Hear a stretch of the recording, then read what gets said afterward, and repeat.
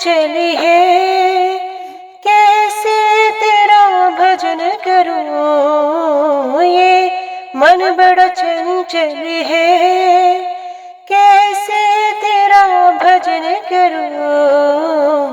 जितना इसे समझाऊं, जितना इसे समझाऊं, उतना ही मचल जाए श्यामा तेरे चरणों की, राधा तेरे चरणों की।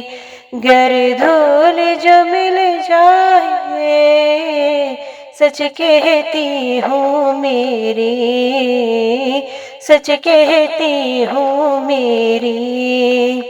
तकदीर बदल जाए श्यामा तेरे चरणों की, राधा तेरे चरणों की।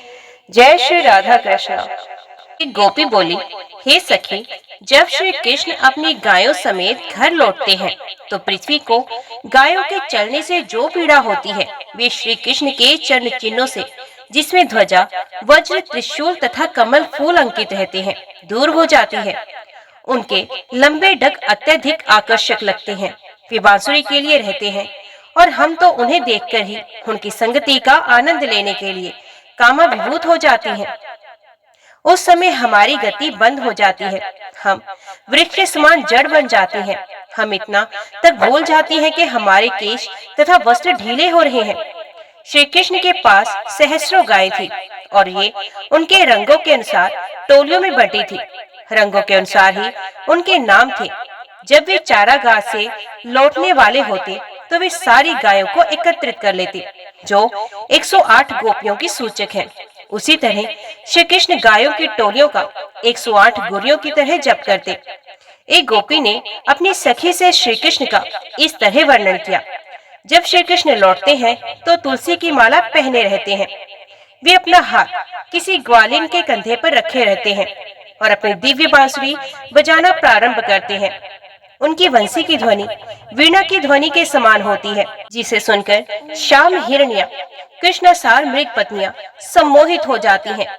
ये हिरनियां इतनी मोहित हो जाती हैं कि वे श्री कृष्ण के पास आकर शांत खड़ी रहती हैं और वे अपने घर तथा पतियों की सुध भूल जाती हैं।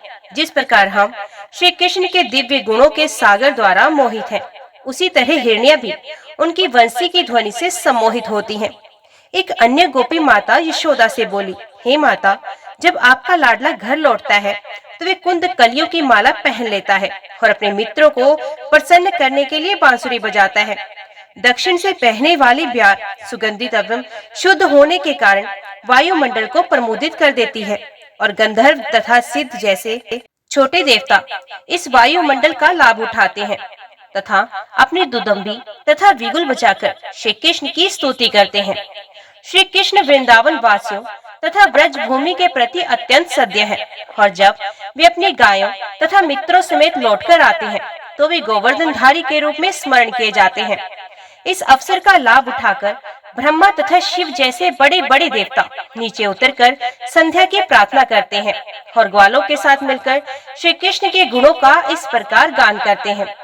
श्री कृष्ण देवकी के गर्भ रूपी समुद्र से उत्पन्न चंद्रमा के तुल्य है। जब वे सायंकाल लौटते हैं तो वे थके प्रतीत होते हैं, किंतु फिर भी वे अपनी शुभ उपस्थिति से वृंदावन वासियों को प्रमोदित करने का प्रयत्न करते हैं। जब वे फूलों की माला पहन के लौटते हैं तो उनका मुख स्वर्ण कुंडलों से सजा हुआ होने के कारण सुंदर लगता है। वे हाथी जैसी चाल से वृंदावन में विचरण करते हुए अपने घर में मंद गति से प्रविष्ट होते हैं। उनके आते ही वृंदावन के सारे पुरुष, स्त्रियां तथा गाय तुरंत ही दिन की प्रखर गर्मी को भूल जाती हैं। श्री कृष्ण की दिव्य लीलाओं तथा कार्यकलापों का ये वर्णन गोपियों द्वारा वृंदावन से उनकी अनुपस्थिति में किया जाता था। इसमें हमें पता चलता है कि श्री कृष्ण कितने आकर्षक हैं, न केवल मनुष्यों बल्कि सभी जड़ चेतन वस्तुओं के लिए। वृंदावन में हर व्यक्ति तथा हर वस्तु श्री कृष्ण द्वारा आकर्षित होती है, जिसमें वृक्ष, पौधे, जल और हिरण तथा गायों जैसे पशु भी सम्मिलित हैं। श्री कृष्ण के आकर्षण का यही पूर्ण विवरण है। जो लोग कृष्ण भावना अमृत में तल्लीन रहते हैं और यह प्रयास करते हैं, उनके लिए गोपियों का उदाहरण अत्यंत शिक्षाप्रद है। कोई भी व्यक्ति श्री कृष्ण की दिव्य लीलाओं के स्मरण मात्र से उनका सानिध्य प्राप्त कर सकता है। प्रत्येक व्यक्ति में किसी न किसी से प्रेम करने की प्रवृत्ति होती है। कृष्ण भावना अमृत का केंद्र बिंदु ही श्री कृष्ण को प्रेम का लक्ष्य बनाना है। निरंतर हरे कृष्ण मंत्र के कीर्तन तथा श्री कृष्ण के दिव्य लीलाओं के स्मरण से मनुष्य पूर्णतः कृष्ण भावना भावित हो जाता है। इस प्रकार वे अपने जीवन को सफल तथा भव्य बना सकता है। वृंदावन सदैव श्री कृष्ण के चिंतन में मगन रहता था। सभी उनके लीलाओं का स्मरण करते थे और सदैव दिव्य आनंद के सागर में डूबे रहते थे। किंतु ये भौतिक जगत इतना दूषित है कि असुर सब वृंदावन में भी यहाँ भी शांति भंग करने का प्रयास करते थे। एक बार अरिष्टासुर नामक एक असुर ने सांड के रूप में वृंदावन में प्रवेश किया। उसका शरीर और सींग अत्यंत विशाल थे। अपने खुरों से धरती को खोदता हुआ फिर वृंदावन में प्रविष्ट हुआ। जब उस राक्षस ने वृंदावन में प्रवेश किया तो सारी धरती ऐसे हिलने लगी जैसे भूकंप आया हो। उसने भयंकर गर्जना की और नदी के तट की भूमि को खोद डाला। तत्पश्चात उसने गांव के मुख्य भाग में प्रवेश किया। उस सांड की तीव्र भयानक गर्जना के कारण कुछ गर्भवती गायों और स्त्रियों के गर्भ गिर गए। उसका शरीर अत्यंत विशाल, सुदृढ़ और इतना बलशाली था कि उसके शरीर पर एक मेघ ऐसे मंडराने लगा जैसे मेघ पर्वत पर मंडराते हैं। अरिष्टासुर ने इतने भयानक रूप में वृंदावन में प्रवेश किया कि उसे देखने मात्र से सब नर नारी भयभीत हो गए और गायें व अन्य पशु ग्राम छोड़कर भाग गए। स्थिति अत्यंत भयंकर ही हो गई और वृंदावन के सब निवासी आर्तनाद कर उठे, हे कृष्ण, हमारी रक्षा करो। श्री कृष्ण ने गायों को भागते हुए देखा और तत्काल उत्तर दिया, डरो मत। फिर उन्होंने अरिष्टासुर के समक्ष उपस्थित होकर कहा, तुम जीवात्मा के निकृष्टतम हो। तुम गोकुल के निवासियों को क्यों भयभीत कर रहे हो? तुम्हें इस कार्य से क्या प्राप्त होगा? यदि तुम मेरी सत्ता को चुनौती देने के लिए आए हो तो मैं तुमसे युद्ध करने के लिए तत्पर हूँ। इस प्रकार श्री कृष्ण ने उस असुर को चुनौती दी। उनके इन शब्दों को सुनकर वे असुर अत्यंत क्रोधित हो उठा। श्री कृष्ण अपने एक सखा के कंधे पर हाथ रखकर उस सांड के सामने खड़े हो गए। क्रोधित सांड श्री कृष्ण की ओर बढ़ने लगा। अपने खुरों से धरती खोदते हुए अरिष्टासुर ने अपनी पूंछ ऊपर उठाई। ऐसा प्रतीत हो रहा था जैसे मेघ उसकी पूंछ पर मंडरा रहे हो। उसके नेत्र लाल थे और क्रोध में इधर उधर घूम रहे थे। अपने सींगों को श्री कृष्ण की ओर करके उसने इंद्र के वज्र की भांति उन पर आक्रमण कर दिया।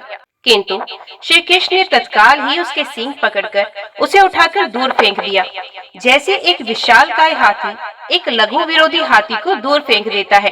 यद्यपि असुर अत्यंत थका प्रतीत होता था और पसीने से लथपथ था, फिर भी वे साहस करके उठा। उसने अत्यधिक क्रुद्ध होकर पुण्य श्री कृष्ण पर अत्यंत वेग से आक्रमण किया। श्री कृष्ण की ओर दौड़ते हुए वे दीर्घ श्वासें ले रहा था। श्री कृष्ण ने पुण्य उसके सींगों को पकड़ लिया और तत्काल उसे धरती पर पटक दिया, जिससे उसके सींग टूट गए। तदुपरांत श्री कृष्ण उसके शरीर पर इस प्रकार पदाघात करने लगे जैसे कोई गीले वस्त्र को धरती पर निचोड़े। इस प्रकार श्री कृष्ण ने पदाघात करने से अरिष्टासुर उल्ट गया और तीव्रता से अपने पैर चलाने लगा। उसके नेत्र पथरा गए। रक्तस्राव करता हुआ तथा मल मूत्र का त्याग करता हुआ वे यमलोक को सिधार गया। इस आश्चर्यजनक उपलब्धि के लिए देवगण स्वर्गलोक से श्री कृष्ण पर पुष्प वर्षा करने लगे। श्री कृष्ण पहले से वृंदावन निवासियों के सर्वस्व थे। सांड रूपी इस असुर का उद्धार करने के पश्चात वे सबकी आंखों का तारा बन गए। विजय पाने के बाद उन्होंने बलराम सहित ग्राम में प्रवेश किया। ग्रामवासियों ने अत्यंत आनंद पूर्वक उनका और बलराम जी का यशगान किया। किसी के द्वारा कोई आश्चर्यजनक कार्य संपादित करने पर उसके बंधु बांधव, संबंधी और मित्र स्वाभाविक रूप से अत्यधिक हर्षित होते हैं। इस घटना के पश्चात ही श्री नारद मुनि ने कंस पर श्री कृष्ण का रहस्य उद्घाटन कर दिया। श्री नारद मुनि को साधारणतः देवदर्शन कहा जाता है। इसका अर्थ है कि देवगण अथवा उनके स्तर के व्यक्ति ही श्री नारद मुनि का दर्शन कर सकते हैं। किंतु श्री नारद मुनि कंस के पास गए, जिसे देवताओं के स्तर का न होते हुए भी श्री नारद मुनि ने दर्शन दिए। निस्संदेह कंस ने तो श्री कृष्ण के भी दर्शन किए, फिर श्री नारद मुनि का कहना ही क्या। साधारणतः श्री भगवान एवं उनके भक्तों का दर्शन करने के लिए शुद्ध दृष्टि होनी आवश्यक है, अन्यथा वास्तविक लाभ नहीं मिल पाता। किंतु ये भी सत्य है कि किसी शुद्ध भक्त के संपर्क होने पर एक इंद्रियकृत लाभ होता है, जिसे अज्ञात स्वीकृति कहते हैं। जिसे ये लाभ होता है कि वे ये नहीं समझ पाता कि उसकी प्रगति किस प्रकार हो रही है, फिर भी वे प्रभु के भक्त के दर्शन मात्र से प्रगति करता है। श्री नारद मुनि का ध्येय कार्य शीघ्र समाप्त करना था। श्री कृष्ण असुरों का उद्धार करने के लिए प्रकट हुए थे और कंस असुरों में प्रमुख था। श्री नारद मुनि घटनाओं की गति में तीव्रता लाना चाहते थे। इसी उद्देश्य से वे समस्त वास्तविक वृत्तांत के साथ कंस के पास गए। नारद जी ने कंस को बताया, वसुदेव जी का 8वां पुत्र तुम्हें मारेगा और वे 8वां पुत्र श्री कृष्ण है। वसुदेव जी ने अपनी 8वीं संतान को लड़की बताकर तुम्हें भ्रमित किया है। वास्तव में वे कन्या नंद महाराज की पत्नी यशोदा की पुत्री थी। वसुदेव जी ने उस कन्या को श्री कृष्ण से बदल दिया था, जिससे तुम भ्रांत में पड़ गए। बलराम जी की भांति श्री कृष्ण भी वसुदेव जी के ही पुत्र हैं। वसुदेव जी तुम्हारे दुष्ट स्वभाव से भयभीत थे, अतः उन्होंने चतुराई से अपने पुत्रों को तुम्हारी दृष्टि से दूर वृंदावन में छुपा दिया था। श्री कृष्ण और बलराम जी अज्ञात रूप से नंद महाराज की छत्रछाया में रह रहे हैं। तुम्हारे साथी सभी असुर जिनको तुमने विभिन्न बालकों को मारने के लिए वृंदावन भेजा था, श्री कृष्ण और बलराम जी के द्वारा मारे गए हैं। श्री नारद मुनि से ये वृत्तांत प्राप्त होते ही कंस ने अपनी धारदार तलवार निकाल ली और इस कपट के लिए वे वसुदेव जी को मारने के लिए तत्पर हो गया। किंतु श्री नारद मुनि ने उसे शांत किया। तुम्हें मारने वाले वसुदेव जी नहीं है, फिर उन्हें मारने का क्यों आतुर हो? अच्छा ये होगा कि तुम श्री कृष्ण और बलराम जी की हत्या करने का प्रयास करो। किंतु अपने क्रोध को शांत करने के लिए कंस ने वसुदेव जी और उनकी पत्नी को बंदी बना लिया और उन्हें लोहे की जंजीरों से बांध दिया। श्री नारद मुनि द्वारा प्राप्त ताजा जानकारी पर कार्य करते हुए कंस ने तत्काल केशी नामक असुर को बुलाया और श्री कृष्ण और बलराम जी को मारने के लिए उसे वृंदावन भेज दिया। वास्तव में कंस ने केशी को वृंदावन इसलिए भेजा था कि श्री कृष्ण और बलराम के हाथों उसका उद्धार हो और इस प्रकार वे मोक्ष प्राप्त कर ले। तदुपरांत कंस ने अपने कुशल महावतों को एवं चाणूर, मुष्टिक, शल और कौशल आदि मल्ल योद्धाओं को बुलाया। उसने उनसे कहा, प्रिय मित्रों, मेरी बात ध्यान पूर्वक सुनो। वृंदावन में नंद महाराज के भवन में 2 भाई रहते हैं। उनके नाम है श्री कृष्ण और बलराम। वे दोनों वास्तव में वसुदेव जी के पुत्र हैं। जैसा कि तुम्हें ज्ञात है, एक भविष्यवाणी के अनुसार मेरी मृत्यु श्री कृष्ण के हाथों होने वाली है। अब मैं तुमसे निवेदन करता हूँ कि तुम एक मल्ल युद्ध का आयोजन करो। देश के विभिन्न भागों से लोग ये उत्सव देखने आएंगे। मैं उन दोनों बालकों को यहाँ बुलवाने का प्रबंध कर दूंगा। तुम लोग मल्ल युद्ध की रंगभूमि में उनका वध करने का प्रयास करना। उत्तर भारत में मल्ल युद्ध अभी भी लोकप्रिय है। श्रीमद् भागवत के अनुसार आज के 5000 वर्ष पूर्व भी मल्ल युद्ध लोकप्रिय था। कंस ने भी मल्ल युद्ध का आयोजन किया तथा लोगों को उसमें आमंत्रण करने के लिए योजना बनाई। उसने महावतों से भी कहा, कुवल यापड़ नामक हाथी को अवश्य लाओ और उसे रंगभूमि के द्वार पर रखो। श्री कृष्ण और बलराम के आते ही उन्हें बंदी बनाने का प्रयास करो और हाथी द्वारा उनका वध करवा दो। कंस ने अपने मित्रों को पशु बलि द्वारा शिव जी की पूजा एवं धनुर्यज्ञ का आयोजन करने का भी परामर्श दिया। उसने उन्हें चतुर्दशी का यज्ञ संपन्न करने को कहा। ये तिथि एकादशी के 3 दिन पश्चात आती है और शिव जी की आराधना के लिए उपयुक्त मानी जाती है। शिव जी का एक अंश काल भैरव के नाम से भी प्रसिद्ध है। असुरगण शिव जी के इसी रूप की उपासना करते हैं और उनके समक्ष पशु बलि देते हैं। वैद्यनाथ धाम नामक स्थान पर ये प्रथा अभी भी प्रचलित है। असुर लोग वहाँ काल भैरव की मूर्ति के समक्ष पशु बलि देते हैं। कंस भी इसी समूह में से एक था। वे एक चतुर कूटनीतिज्ञ भी था। अतः उसने अपने असुर मित्रों के द्वारा श्री कृष्ण और बलराम के वध का शीघ्र ही प्रबंध कर लिया। तत्पश्चात उसने अक्रूर को बुलाया, जो उसी यदुवंश के वंशज थे जिसने श्री कृष्ण ने वसुदेव पुत्र के रूप में जन्म लिया था। अब अक्रूर जी कंस से भेंट करने आए। कंस ने उनका विनय पूर्वक स्वागत किया। कंस ने उनसे कहा, प्रिय अक्रूर जी, भोज और यदुवराज वंशों में आपसे श्रेष्ठ मेरा अन्य कोई मित्र नहीं। आप अत्यंत उदार व्यक्ति हैं। अतः एक मित्र के रूप में मैं आपसे दान की भिक्षा मांगता हूँ। जिस प्रकार राजा इंद्र भगवान विष्णु की शरण में जाते हैं, उसी प्रकार मैं आपकी शरण में आया हूँ। मैं आपसे तत्काल वृंदावन जाने का निवेदन करता हूँ। वहाँ जाकर आप श्री कृष्ण और बलराम नामक दो बालकों के विषय में जानकारी प्राप्त कीजिए। वे नंद महाराज के पुत्र हैं। उन बालकों के लिए ही विशेष रूप से निर्मित के रथ ले जाइए और उन्हें तुरंत यहाँ ले आइए। मेरी आपसे यही विनती है। मेरी योजना इन दोनों बालकों का वध करने की है। जैसे ही वे मुख्य द्वार से अंदर प्रविष्ट होंगे, कुवलयापन नामक विशाल काय हाथी उनकी प्रतीक्षा कर रहा होगा। वे संभवत उनकी हत्या करने में समर्थ होगा, किंतु यदि वे किसी प्रकार सुरक्षित निकल आए तो फिर उनकी भेंट मल्ल योद्धाओं से होगी। वे योद्धा अवश्य ही उनकी हत्या कर देंगे। ये मेरी योजना है। इन दो बालकों का वध करने के पश्चात मैं नंद और वसुदेव जी का भी वध कर दूंगा, क्योंकि वृष्णि और भोज राजवंशों के पक्ष में है। मैं अपने पिता उग्रसेन और उनके भाई देवक का भी वध कर दूंगा, क्योंकि वास्तव में वे मेरे शत्रु हैं एवं मेरी कूटनीति और राजनीति के मार्ग में बाधक है। इसी रीति से मैं अपने सब शत्रुओं से मुक्ति पालूंगा।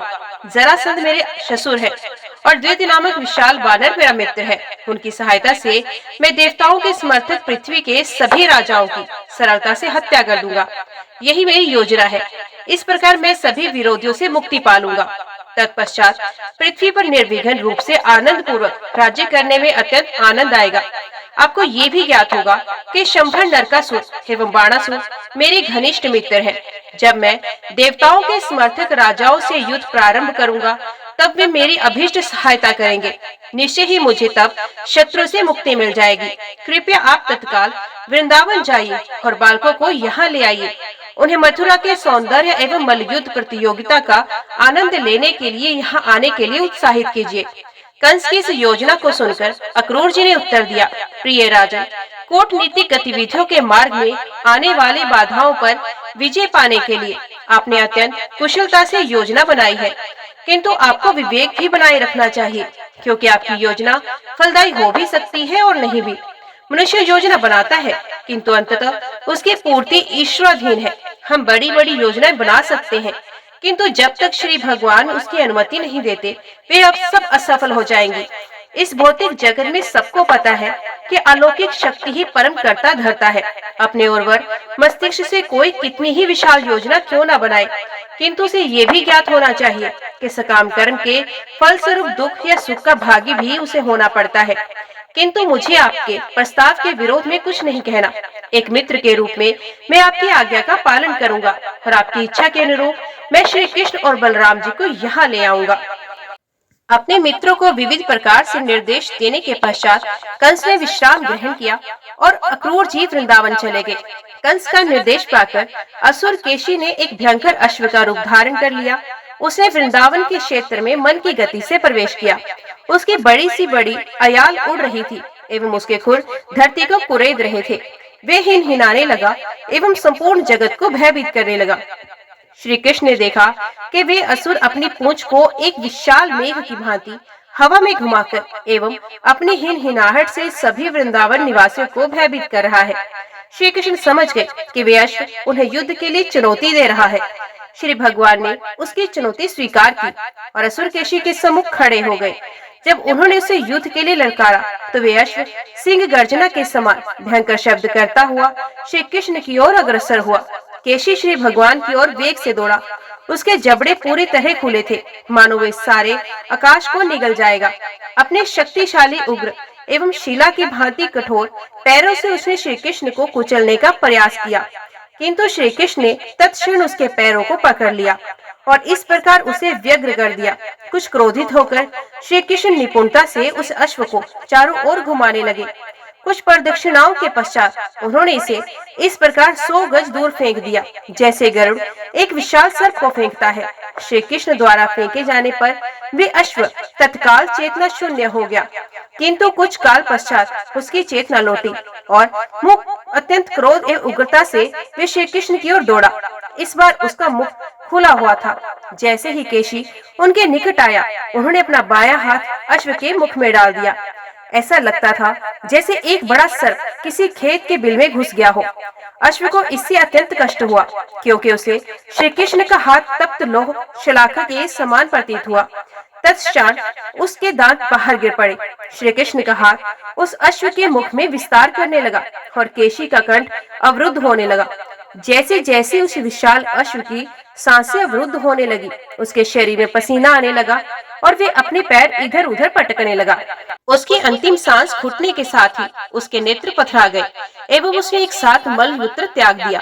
इस प्रकार उसकी परमाणिक प्राण शक्ति समाप्त हो गई। अश्व के मरने पर उसका मुख शिथिल हो गया एवं श्री कृष्ण ने अत्यंत सरलता से अपना हाथ बाहर निकाल लिया। उन्हें इतनी सरलता से असुर के प्राण होने पर कोई आश्चर्य नहीं हुआ, किंतु आकाश में देवगण चकित हो गए और अपना अत्यंत आभार व्यक्त करने लगे। उन्होंने पुष्प वर्षा के द्वारा श्री कृष्ण का अभिनंदन किया। इस घटना के पश्चात भक्त शिरोमणि श्री नारद मुनि श्री कृष्ण से एकांत स्थान पर भेंट करने आए और उनसे वार्तालाप करने लगे। उन्होंने कहा, मेरे प्रिय भगवान श्री कृष्ण, आप अनंत परमात्मा हैं। आप समस्त योगिक शक्तियों के परम नियंत्रक हैं, अखिल ब्रह्मांड के स्वामी एवं सर्वव्यापी श्री भगवान हैं। समस्त भौतिक सृष्टि आप में ही लय हो जाती है। आप सब भक्तों के स्वामी एवं सबके प्रभु हैं। मेरे प्रिय भगवान, समस्त जीव आत्माओं के परमात्मा के रूप में आप उनके हृदय में उसी भांति छुपे रहते हैं जैसे ईंधन के प्रत्येक टुकड़े में अग्नि छिपी रहती है। आप जीव आत्माओं के सब कर्मों के साक्षी हैं और उनके हृदय में स्थित आप उनके परम नियंत्रक हैं। आप आत्मनिर्भर हैं। सृष्टि के पूर्व भी आप स्थित थे और अपनी शक्ति से संपूर्ण भौतिक जगत की सृष्टि की है। आपकी पूर्ण योजना के अनुसार प्रकृति के गुणों की क्रिया प्रतिक्रिया के द्वारा इस भौतिक जगत की सृष्टि हुई है। आप ही के द्वारा इसका पालन होता है और आप ही के द्वारा नाश होता है। यद्यपि आप इन सब गतिविधियों से अप्रभावित रहते हैं, तथापि आप ही शाश्वत रूप से परम नियंत्रक हैं। मेरे प्रिय भगवान, आपने इस विश्व में केवल उन तथाकथित राजाओं को मारने के लिए अवतार लिया है जो वास्तव में असुर हैं। ये राक्षस राजकुमारों के वेश में लोगों को छल रहे हैं। आपने अपना ये वचन पूर्ण करने के लिए इस धरती पर अवतार लिया है कि आप केवल धर्म की रक्षा एवं अवांछित दुष्कर्मियों के संहार के लिए ही भौतिक जगत में आते हैं। अतएव मेरे प्रिय भगवान, मुझे विश्वास है कि चाणूर मुष्टिक जैसे असुरों, अन्य मल्ल योद्धाओं, हाथियों एवं स्वयं कंस को आपके द्वारा मारे जाते हुए परसों मैं देखूंगा। ये दर्शन मैं अपने नेत्रों से करूंगा। इसके पश्चात मैं शंख, यवन मोर एवं नरकासुर जैसे अन्य असुरों का मारा जाना भी देखने में समर्थ होऊंगा। आप स्वर्ग की राजधानी से पारिजात पुष्प कैसे ले जाते हैं एवं स्वयं स्वर्गलोक के राजा इंद्र को आप कैसे पराजित करते हैं, ये दर्शन भी मैं करूंगा। श्री नारद मुनि ने आगे कहा, मेरे प्रिय भगवान, तदंतर आप किस प्रकार शूरवीर भूपालों की कन्याओं अर्थात राजकुमारियों से क्षत्रिय शौर्य का मूल्य चुकाकर विवाह करते हैं, ये दर्शन करने में भी मैं समर्थ होऊंगा। जब कोई क्षत्रिय एक सम्राट की अनिंद्य सुंदरी एवं गुणवती कन्या से विवाह की अभिलाषा करता है तो उसे अपने प्रतियोगियों से युद्ध करके विजयी होना पड़ता है, तभी उसे राजकन्या का हाथ दान में प्राप्त होता है। श्री नारद मुनि ने कहा, मैं ये भी देखूंगा कि आप किस प्रकार राजा नृप को नरकीय स्थिति से मुक्ति दिलाते हैं। ये कार्य आप द्वारका में संपादित करेंगे। आप अपनी पत्नी एवं संवंतक मणि को किस प्रकार प्राप्त करते हैं, इस दृश्य का दर्शन करने में भी मैं समर्थ होऊंगा। किस प्रकार आप परलोक जाने के लिए पश्चात भी एक ब्राह्मण पुत्र की मृत्यु से रक्षा करते हैं, ये भी मैं देखूंगा। तदंतर पौंड्रिक असुर के मारे जाने पर एवं काशी की राजधानी को जलाकर भस्मसात किए जाने के समय भी आपके दर्शन मैं करूंगा। महाराज युधिष्ठिर के महान यज्ञ के समय चेदी राजा एवं दंत वक्र का वध करते हुए आपके दर्शन मैं करूंगा। इनके अतिरिक्त भी आपके द्वारका वास के काल में आपके अनेक शौर्यपूर्ण कार्यों के दर्शन करना मेरे लिए संभव होगा। आपके अनुग्रह से संपादित इन सब लीलाओं का सारे विश्व में महान कवियों द्वारा गान भी किया जाएगा। कुरुक्षेत्र के युद्ध में आप अपने मित्र अर्जुन के सारथी के रूप में भाग लेंगे एवं अजय मृत्यु के अवतार शाश्वत महाकाल के रूप में आप वहां एकत्र समस्त योद्धाओं का नाश करेंगे। मैं अत्यंत विशाल सेनाओं को रणभूमि में मारे जाते हुए देखूंगा। मेरे भगवान, मैं आपके चरण कमलों में सादर प्रणाम अर्पित करता हूँ। आप पूर्ण रूप से पूर्ण ज्ञान एवं आनंद की दिव्य स्थिति में अवस्थित हैं। आप सब इच्छाओं को पूर्ण करने के लिए पूर्ण हैं। अपनी अंतरंगी शक्ति के प्रदर्शन के द्वारा आपने माया का प्रभाव स्थापित कर दिया है। आपकी अनंत शक्ति अपार है, आप उसका कोई पार नहीं पा सकता। मेरे प्रिय भगवान, आप परम नियंत्रक हैं। आप अपनी ही अंतरंगी शक्ति के अधीन एवं ये सोचना कि आप अपनी किसी दृष्टि सृष्टि पर निर्भर है एकदम व्यर्थ है। आपने यदुवंश में अथवा वृषणवंश में जन्म लिया, मूल सच्चिदानंद घन के रूप में भूतल पर आपका आविर्भाव आपकी स्वयं की ही लीला है। आप स्वयं के अतिरिक्त अन्य किसी पर निर्भर नहीं। अतएव आपके पाद पद्मों में मैं आदर पूर्वक प्रणाम अंजलि अर्पित करता हूँ। भगवान श्री कृष्ण को सादर प्रणाम करने के बाद श्री नारद मुनि आज्ञा लेकर वहाँ से विदा हो गए। श्री नारद मुनि जन साधारण को ये प्रतीति करा देना चाहते थे कि श्री कृष्ण पूर्ण स्वतंत्र है। यदुवंश में उनका आविर्भाव अथवा अर्जुन से उनकी मैत्री आदि उनके कर्म उन्हें आवश्यक रूप से उन कर्मों का फल भोगने को बाध्य नहीं करते हैं। वे सब उनकी क्रीड़ाएं हैं और ये सब उनके लिए खेल हैं, किंतु हमारे लिए वे वास्तविक एवं प्रमाणिक तथ्य हैं। असुर केशी का उद्धार करने के पश्चात श्री कृष्ण अपने सखाओं के साथ वन में गए। गाय चराने के लिए इस प्रकार चले गए जैसे कोई नूतन घटना ही घटक रही हो। श्री कृष्ण अपने सखाओं, ग्वाल बालों एवं गोपियों के साथ शाश्वत रूप से दिव्य गतिविधियों में रत रहते हैं, परंतु कभी कभी विभिन्न प्रकार के असुरों के वध के द्वारा वे श्री भगवान की असाधारण शक्ति का प्रदर्शन करते हैं। उस दिन प्रातः काल से कुछ समय बाद श्री कृष्ण अपने ग्वाल बाल सखाओं के साथ गोवर्धन पर्वत पर क्रीड़ा करने आए। वे चोर एवं सिपाही का अभिनय करने का खेल खेल रहे थे। कुछ बालक सिपाही बन गए, कुछ चोर एवं कुछ बालक भेड़े बन गए। जब वे इस प्रकार अपनी बाल लीलाओं का आनंद ले रहे थे, तभी आकाश में उड़ने वाला व्योमासुर नामक एक असुर वहां आया। वह एक बहुत महान दैत्य मय का पुत्र था। ऐसे असुर अद्भुत जादू कर सकते हैं। व्योमासुर ने चोर का अभिनय करने वाले एक बालक का रूप धारण कर लिया एवं भेड़ बड़े हुए अनेक बालकों को उठा ले गया। एक के पश्चात एक वे लगभग सभी बने हुए अनेक बालकों को उठा ले गया और उन्हें पर्वत की कंदराओं में रखकर कंदराओं का मुख शिलाओं से बंद कर दिया। श्री कृष्ण उस असुर के छल को समझ गए, अतएव उन्हें उसी प्रकार धर लिया जैसे कोई सिंह भेड़ को दबोच लेता है। असुर ने अपने को पर्वत की भांति विस्तृत करके बंधन से बचने का प्रयास किया, किंतु श्री कृष्ण ने उसे अपने बंधन से निकलने नहीं दिया। श्री कृष्ण ने उसे तत्काल ही अत्यंत उग्रता से धरती पर पटक दिया, जिससे उसके प्राण पखेरु उसी प्रकार उड़ गए जैसे वधशाला में किसी पशु का प्राणांत हो जाता है। व्योमासुर को मारने के पश्चात श्री कृष्ण ने अपनी सभी शाखाओं को गिरी कंदराओं में से मुक्त कर दिया। तत्पश्चात उनके सखाओं एवं देवताओं ने इन आश्चर्यजनक कर्मों के लिए उनकी स्तुति की। तदंतर वे अपने सखाओं एवं गायों के साथ पुनः वृंदावन लौट आए। श्री नारद मुनि ने श्री कृष्ण द्वारा व्योमासुर के उद्धार का उल्लेख नहीं किया था, जिसका तात्पर्य ये है कि उसका उद्धार उसी दिन हुआ था जिस दिन असुर केशी का उद्धार प्रातःकाल हुआ था और तदुपरांत सभी बालक गोवर्धन पर्वत पर गए चराने गए और एवं व्योमासुर का उद्धार वहीं पर हुआ। दोनों ही असुरों का उद्धार प्रातःकाल हुआ था। कंस ने अक्रूर जी से संध्या काल तक वृंदावन पहुंचने की प्रार्थना की थी। कंस का निर्देश प्राप्त करने के उपरांत दूसरे दिन प्रातःकाल अक्रूर जी ने रथ द्वारा वृंदावन के लिए प्रस्थान किया। वृंदावन जाते हुए अक्रूर जी भगवान का यशोगान करने लगे, क्योंकि वे स्वयं श्री भगवान के महान भक्त थे। भक्तगण सदैव श्री कृष्ण के चिंतन में निमग्न रहते हैं एवं अक्रूर जी निरंतर श्री कृष्ण के कमल नयनों का चिंतन कर रहे थे। उन्हें ज्ञात नहीं था कि किन पुण्य कर्म के फलस्वरूप उन्हें उस दिन श्री कृष्ण तथा बलराम के दर्शनार्थ वृंदावन जाने का सुअवसर प्राप्त होगा। भक्त श्री कृष्ण की सेवा के लिए अपने आप को सदा शुद्ध और अयोग्य समझता है। अतः अक्रूर जी मन ही मन सोचने लगे कि वे श्री भगवान के दर्शन का दिव्य अवसर पाने के योग्य नहीं है। ऐसा वे इसलिए सोच रहे थे कि जैसे एक भौतिकतावादी मनुष्य भगवत ज्ञान समझने में या चतुर्थ श्रेणी का व्यक्ति पैदा ध्यान के लिए अयोग्य होता है, किंतु फिर अक्रूर जी सोचने लगे, श्री कृष्ण की कृपा से सब कुछ संभव है। अतः यदि उनकी इच्छा होगी तो मैं उनके दर्शन कर सकूंगा। जिस प्रकार नदी की लहरों पर तैरता हुआ घास का तिनका तट पर आकर संरक्षण पाने का सुअवसर प्राप्त कर सकता है, उसी प्रकार कोई भौतिकतावादी व्यक्ति कभी कभी कृष्ण कृपा से बचाया जा सकता है। अक्रूर जी ने विचार किया कि यदि श्री कृष्ण की इच्छा होगी तो वे उनके दर्शन करने में सफल होंगे। जिनके दर्शनों हेतु महान योगीगण ललायित रहते हैं, उन श्री कृष्ण का वे दर्शन करेंगे। वे सोचकर अक्रूर जी ने स्वयं को परम भाग्यवान समझा।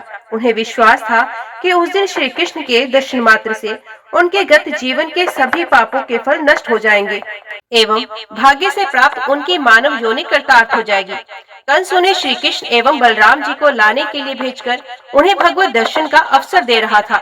इसे भी वे स्वयं के प्रति कंस का विशेष पक्षपात समझ रहे थे। अक्रूर जी विचार कर रहे थे कि प्राचीन काल में साधु गणों एवं संत जनों ने श्री कृष्ण के पाद पद्मों के बड़ा प्रभावपूर्ण नखों के दर्शन मात्र से भौतिक जगत से मुक्ति प्राप्त कर ली थी। अक्रूर जी ने विचार किया, श्री भगवान अब एक साधारण मानव के रूप में अवतरित हुए हैं और ये मेरा परम सौभाग्य है कि मैं उनका प्रत्यक्ष दर्शन करने में समर्थ होऊंगा। शिव जी, नारद जी, ब्रह्मा जी आदि महान देवता जिनकी वंदना करते हैं, गोपिकाओं के कुमकुम मंडित स्तनों का स्पर्श करने वाले एवं वृंदावन की भूमि पर विचरण करने वाले श्री कृष्ण के उन चरण कमलों के दर्शन की आशा मात्र से ही अक्रूर अत्यंत रोमांचित हो उठे। उन्होंने सोचा, मैं इतना भाग्यवान हूँ कि आज उन्हीं चरणार बिंदु का दर्शन कर सकूंगा। तिलक से विभूषित ललाट एवं नासिका वाले श्री कृष्ण के सुंदर मुख का दर्शन भी मैं निश्चित रूप से कर सकूंगा। आज मैं उनके हास्य एवं काली अलकों के भी दर्शन करूंगा। ये सुअवसर प्राप्त होने का मुझे पूर्ण विश्वास है, क्योंकि मृग आज मेरी दाहिनी ओर से जा रहे हैं और ये एक मांगलिक लक्षण है। आज मेरे लिए विष्णु लोक के दिव्य धाम की शोभा का वास्तव में अवलोकन करना संभव होगा, क्योंकि श्री कृष्ण परम विष्णु है और उन्होंने अपनी ही स्वेच्छा से अवतार लिया है। वे सौंदर्य सिंधु हैं, अतएव आज मेरे नयन तृप्त हो जाएंगे। अक्रूर जी को निस्संदेह रूप से ज्ञात था कि श्री कृष्ण परम विष्णु है। भगवान श्री विष्णु प्रकृति पर दृष्टिपात करते हैं और इस प्रकार भौतिक सृष्टि का जन्म होता है। यद्यपि भगवान श्री विष्णु इस भौतिक जगत के सृष्टा है, तथापि उन अपनी स्वयं की शक्ति के द्वारा वे प्रकृति के प्रभाव से मुक्त हैं। अपनी अंतरंगी शक्ति से वे प्रकृति के अंधकार को भेद सकते हैं। आदि विष्णु श्री कृष्ण के उसी प्रकार से अपनी अंतरंगी शक्ति के विस्तार से वृंदावन के निवासियों की सृष्टि की। ब्रह्म संहिता से ये भी पुष्ट किया गया है कि श्री कृष्ण का धाम एवं विशेषता उनकी अंतरंगी शक्ति के विस्तार है। वे अंतरंगी शक्ति जो वे गोकुल वृंदावन में प्रदर्शित करते हैं, पृथ्वी पर वृंदावन के रूप में प्रदर्शित हुई, जहाँ वे अपने माता पिता, अपनी सखाओं, ग्वाल बालाओं एवं गोपिकाओं के साथ सानिध्य में आनंद भोग करते हैं। अक्रूर जी के कथन से स्पष्ट है कि चूंकि श्री कृष्ण प्रकृति के गुणों से परे दिव्य हैं, अत श्री भगवान की प्रेम पूर्ण सेवा में संलग्न वृंदावन वासी भी दिव्य हैं। अक्रूर जी ने भगवान के दिव्य लीलाओं को की आवश्यकता के विषय पर भी विचार किया।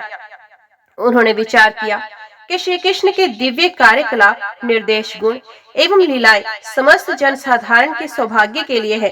श्री भगवान के दिव्य रूप, गुणों, लीलाओं एवं वैशिष्ट के चर्चा के द्वारा मानव निरंतर कृष्ण भावना अमृत में अवस्थित रह सकते हैं। ऐसा करने से अखिल ब्रह्मांड वस्तु मंगल पूर्वक रह सकता है एवं शांति पूर्वक प्रगति कर सकता है। किंतु कृष्ण भावना अमृत के अभाव में सभ्यता एक मृत शरीर का अलंकार मात्र है। एक मृत शरीर का अलंकार श्रृंगार किया जा सकता है, किंतु चेतना के अभाव में ये साज सज्जा व्यर्थ है। कृष्ण भावना अमृत के अभाव में मानव समाज व्यर्थ एवं प्राणहीन है। अक्रूर जी ने विचार किया, वे श्री भगवान श्री कृष्ण अब यदुवंश के एक वंशज के रूप में आविर्भूत हुए हैं। धार्मिक सिद्धांत उनके द्वारा व्यवस्थापित नियम है। जो इन नियमों का पालन करते हैं वे देवता हैं और जो इनका पालन नहीं करते हैं वे असुर हैं। परमेश्वर के नियमों के प्रति अत्यंत कर्तव्य परायण देवताओं के रक्षण हेतु ही उन्होंने स्वयं को आविर्भूत किया है। देवता एवं प्रभु के भक्तगण श्री कृष्ण के नियमों का पालन करने में सुख अनुभव करते हैं एवं श्री कृष्ण उन्हें सर्व प्रकार की सुरक्षा प्रदान करने में सुख अनुभव करते हैं, जैसा कि श्रीमद् भागवत गीता में पुष्ट किया गया है। भक्तों के रक्षण एवं असुरों के संहार श्री कृष्ण के इन कार्यकलापों का श्रवण एवं कथन सदैव ही मानव का कल्याण करते हैं। भक्तों एवं देवताओं के द्वारा श्री भगवान की इन तेजस्वी गतिविधियों के संकीर्तन में सदैव अभिवृद्धि होती रहेगी। श्री कृष्ण श्री भगवान सर्व गुरुओं के गुरु हैं। वे सभी पतित आत्माओं को मोक्ष प्रदान करने वाले हैं एवं तीनों लोकों के स्वामी हैं। भगवत प्रेम का अंजन लगाकर कोई भी उनका दर्शन कर सकता है।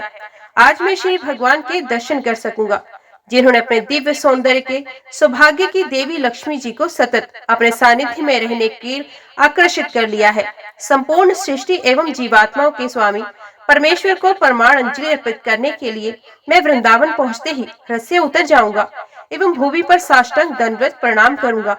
महान योगीगण सदैव श्री कृष्ण के पदार बिंदों की पूजा करते हैं, अतएव मैं भी उनके पदार बिंदों की वंदना करूंगा एवं वृंदावन में ग्वाल बालों के समान उनके सखाओं में से एक बन जाऊंगा। जब मैं इस रीति से श्री कृष्ण के समक्ष नमन करूंगा, तब निश्चित रूप से वे अपना अभय हस्त कमल मेरे मस्तक पर रख देंगे। उनके पदार बिंदों में शरण लेने वाली सभी बद्धात्मा को उनका अभय हस्त प्राप्त होता है। भौतिक अस्तित्व से भयभीत सभी प्राणियों के लिए श्री कृष्ण ही जीवन के चरम लक्ष्य हैं। जब मैं उनके दर्शन करूंगा, तब निश्चित रूप से वे मुझे अपने चरण कमलों में शरण दे देंगे। मैं अपने मस्तक पर उनके कर कमलों के स्पर्श का आकांक्षी हूँ। जब उनके उस कर कमल ने राजा इंद्र और बलि का स्पर्श किया, वे ब्रह्मांड के स्वामी होने के योग्य बन गए। और जब उसी कर कमल ने गोपियों का स्पर्श किया, जब वे रासलीला में श्री कृष्ण के साथ नृत्य कर रही थी, तब उनकी सारी थकान दूर हो गई थी। इस रीति से अक्रूर जी श्री कृष्ण के हाथों से आशीर्वाद पाने की आशा करते थे। उन्हें ज्ञात था कि उच्चतर, मध्यम एवं निम्नतम तीनों लोकों के स्वामी एवं स्वर्गाधिपति इंद्र ने श्री कृष्ण को केवल जल अर्पित किया था, जिसे स्वीकार करके श्री भगवान ने उन्हें आशीर्वाद दिया था। उसी प्रकार बलि महाराज ने वामन देव जी को केवल 3 पग भूमि एवं थोड़ा जल दान दिया था, जिसे वामन देव जी ने स्वीकार किया। उसी के फलस्वरूप बलि महाराज ने इंद्र का स्थान प्राप्त किया। जब गोपियां श्री कृष्ण के साथ रास नृत्य करते करते श्रमित हो गई, तब उनके मुख पर आए मुक्ता दृश श्रम बिंदुओं पर श्री कृष्ण ने मानस सरोवर में उगे सुगंधित कमल पुष्प की भांति अपना हाथ फिराया और वे तत्क्षण विगत श्रम हो गई। इस प्रकार अक्रूर जी श्री कृष्ण के वरद हस्त में आशीर्वाद की आशा कर रहे थे। यदि वे श्री कृष्ण भावना अमृत का अंगीकार कर ले, तो श्री कृष्ण का वरद हस्त सभी प्रकार के मनुष्यों का आशीर्वाद देने में सक्षम हो। यदि कोई इंद्र की भांति भौतिक सुखों की कामना करता है, तो श्री कृष्ण के वरद हस्त में से उसे वही वरदान उपलब्ध हो सकता है। यदि कोई पवित्र एवं दिव्य कृष्ण प्रेम में उनसे व्यक्तित्व संपर्क एवं उनकी दिव्य देह के स्पर्श की कामना करता है, तो उसे भी उनके वरद हस्त से वरदान प्राप्त हो सकता है। इतने पर भी अक्रूर जी श्री कृष्ण के शत्रु कंस का प्रतिनिधि नियुक्त होने से भयभीत थे। उन्होंने विचार किया, मैं श्री कृष्ण का दर्शन कर उनके शत्रु के संदेश वाहक के रूप में करने जा रहा हूँ। उसी समय उन्होंने ये भी विचार किया कि परमात्मा के रूप में श्री कृष्ण प्रत्येक प्राणी के हृदय में निवास करते हैं, अतः उन्हें अवश्य ही मेरी हृदयगत भावना का ज्ञान होगा। यद्यपि अक्रूर जी को श्री कृष्ण के शत्रु का विश्वास प्राप्त था, किंतु उनका हृदय निर्मल था। वे श्री कृष्ण के एक शुद्ध भक्त थे। उन्होंने श्री कृष्ण से भेंट करने के लिए ही कंस का संदेश वाहक बनने का खतरा उठाया था। उन्हें विश्वास था कि यद्यपि वे कंस के प्रतिनिधि के रूप में जा रहे थे, तथापि श्री कृष्ण उन्हें एक शत्रु के रूप में नहीं स्वीकारेंगे। यद्यपि कंस के द्वारा प्रतिनिधि नियुक्त होकर मैं एक पाप पूर्ण दूत कर्म करने हेतु जा रहा हूँ, परंतु जब मैं श्री भगवान के सन्निकट पहुँच जाऊंगा, तब उनके सम्मुख पूर्ण विनम्रता से करबंद खड़ा हो जाऊंगा। निश्चय ही मेरी भक्ति पूर्ण भाव भंगिमा से वे प्रसन्न हो जाएंगे और संभवत वे प्रेम पूर्ण मुस्कान दे एवं मुझ पर एक दृष्टिपात कर दे। इस प्रकार मुझे सर्व प्रकार के पापों के फल से मुक्त कर दे। तब मैं दिव्य आनंद एवं ज्ञान के मंच पर पहुंच जाऊंगा। चूँकि श्री कृष्ण मेरे हृदय को जानते हैं, अतः जब मैं उनके निकट जाऊंगा, वे मेरा आलिंगन कर लेंगे। मैं न केवल यदुवंश के एक सदस्य हूँ, अपितु उनका संबंधी और एक निष्कलंक विशुद्ध भक्त भी हूँ। उनके दयापूर्ण आलिंगन से मेरा शरीर, मेरा हृदय एवं आत्मा शुद्ध हो जाएंगे और मेरे विगत जीवन के कर्म एवं उसके फल पूर्ण रूप से धुल जाएंगे। जब वे मेरे शरीर को स्पर्श करेंगे, तब मैं तत्क्षण विनय पूर्वक हाथ जोड़कर खड़ा हो जाऊंगा। तब श्री कृष्ण एवं बलराम जी निश्चित रूप से मुझे अक्रूर चाचा कहकर पुकारेंगे और उस समय मेरा समस्त जीवन धन्य हो जाएगा। जब तक श्री भगवान किसी को मान्यता ना दे, उसका जीवन सफल नहीं होता है। यहाँ पर स्पष्ट रूप से कहा गया है कि सबको अपनी सेवा तथा भक्ति से ऐसा प्रयत्न करना चाहिए कि श्री भगवान उन्हें मान्यता दे, क्योंकि इस मान्यता के अभाव में मानव योनि में जन्म निंदित है। जैसा कि श्रीमद् भागवत गीता में कहा गया है, परमेश्वर श्री भगवान का प्राणी मात्र के प्रति संभाव होता है, न कि उनका शत्रु है न मित्र, किंतु भक्ति पूर्वक प्रेम से अपनी सेवा करने वाले भक्त की और उनकी रुचि होती है। जय श्री कृष्ण। आज की वीडियो में इतना ही। उम्मीद करती हूँ वीडियो आपको पसंद आई होगी। वीडियो पसंद आई हो तो वीडियो को लाइक और चैनल को सब्सक्राइब जरूर कीजिएगा। जय श्री कृष्ण लिखकर कमेंट बॉक्स में अपनी हाजिरी और अपने सुझाव देना ना भूलिएगा। तो मिलते हैं अगली कथा अगले अध्याय के साथ। तब तक के लिए देखते व सुनते रहिए। जय मां कंजक, जय माता दी।